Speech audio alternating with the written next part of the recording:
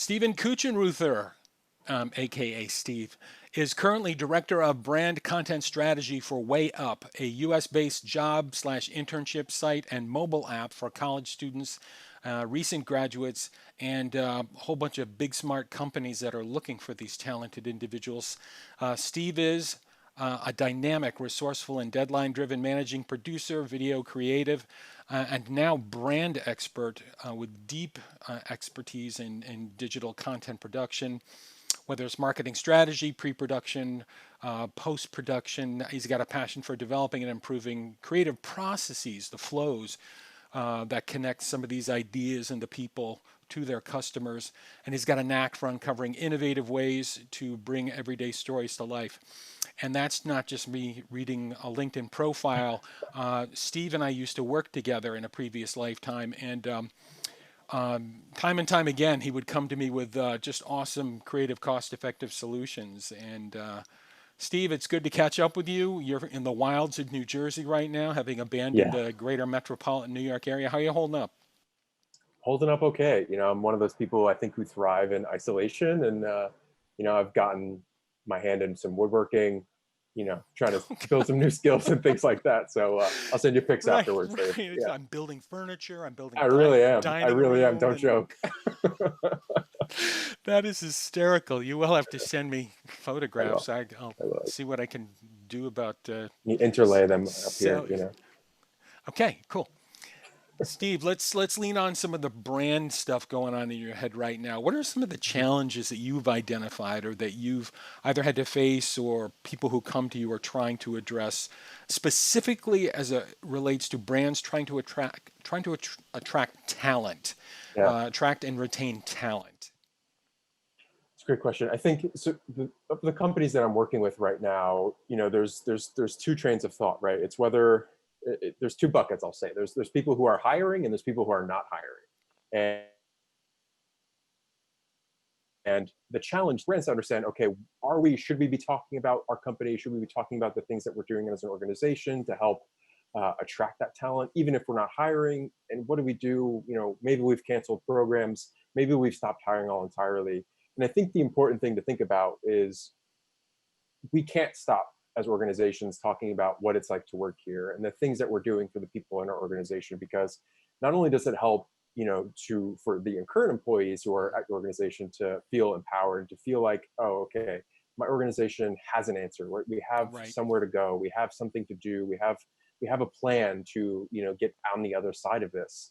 But it also helps to share the good news of your organization and keep people interested and engaged, even if you're not in big times of hiring, if Hmm. you're not going through these large growth spurts as an Right. organization. And there's things that you could be doing, whether it's talking about your products or the people that are currently there or the donations that you've made and given back into the community. There's always a story to be told. So it's taking a critical look at, like, okay, what are we doing that can help just keep the conversation open, because the worst thing that we can do is be silent, Hmm. right? From people who are into your organization, people who are working there now. Yep. It's really important just to keep that conversation open. Tell those stories, Yep. and get those things out into the spotlight. And it's amazing how much of those conversations can just keep the hope going, which is a very important thing. Um, Follow on question there. Yeah. I mean, you're obviously a creator. It's in your DNA. You can't help yourself but be a maker and create things. But you're also in your leadership role right now. You have to work with teams of people, both within Mhm. your organization and contractors on the outside. What are some of the challenges you're facing with content creation and Mhm. production in a virtual or online situation? Yeah, I think that's, to me, it's one of the more exciting things that I'm working on right now, because in a virtual world, right, our limitations are only beholden to the things that we have at our disposal. And being in the year 2020, we have unlimited amount of things to Hmm. our disposal. You and I are creating content right now and we're Hmm. both sitting in our homes. So Yep. I think kind of breaking the mold of what we understood to be means of traditional content creation and Hmm. just kind of throw them out the window, right? And strip down what it is about making content and the things that as viewers we look for in a conversation, right? We look for just that. We look for authentic, intentional conversation between two people, right? Right. Because ultimately, and to tie that back to the employer branding piece, when we're thinking about our organizations, I went in to go work with you because I love the team and I love the people that I'm working with. And I could really see myself getting along with the folks, right? We could do a lot in that traction standpoint, but what it comes down to is that kind of human to human interaction. And, we can't lose sight of that in a virtual world. And, what we have at our disposal is the ability to capture and produce and to then publish, conversations just like this. Right.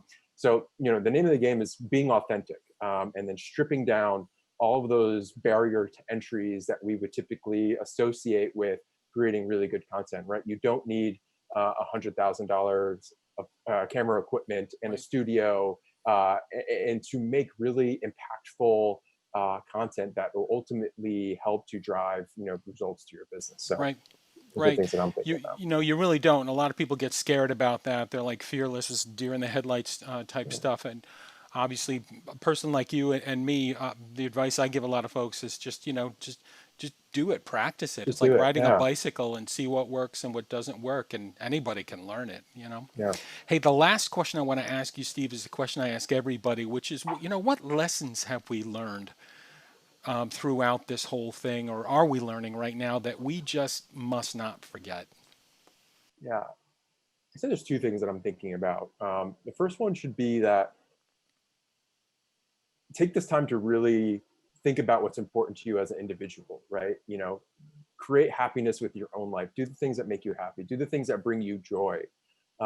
Because ultimately, right, it'll help to lead to more productive work days. It'll help to, bring new, shed some new light on the things that you're challenged with on a day to day. And so your whole day isn't kind of surrounded with the things that may drag you down. So find some hobbies. These are some things that will bring you some joy into your life, and then transfer that into your everyday, whether that's on a job or being with your family or and those things. So there's like some really tactical things that you could do to just be happier, right? Like that's what I've spent a lot of my time doing. Just find some joy within the everyday, and then piggyback that off.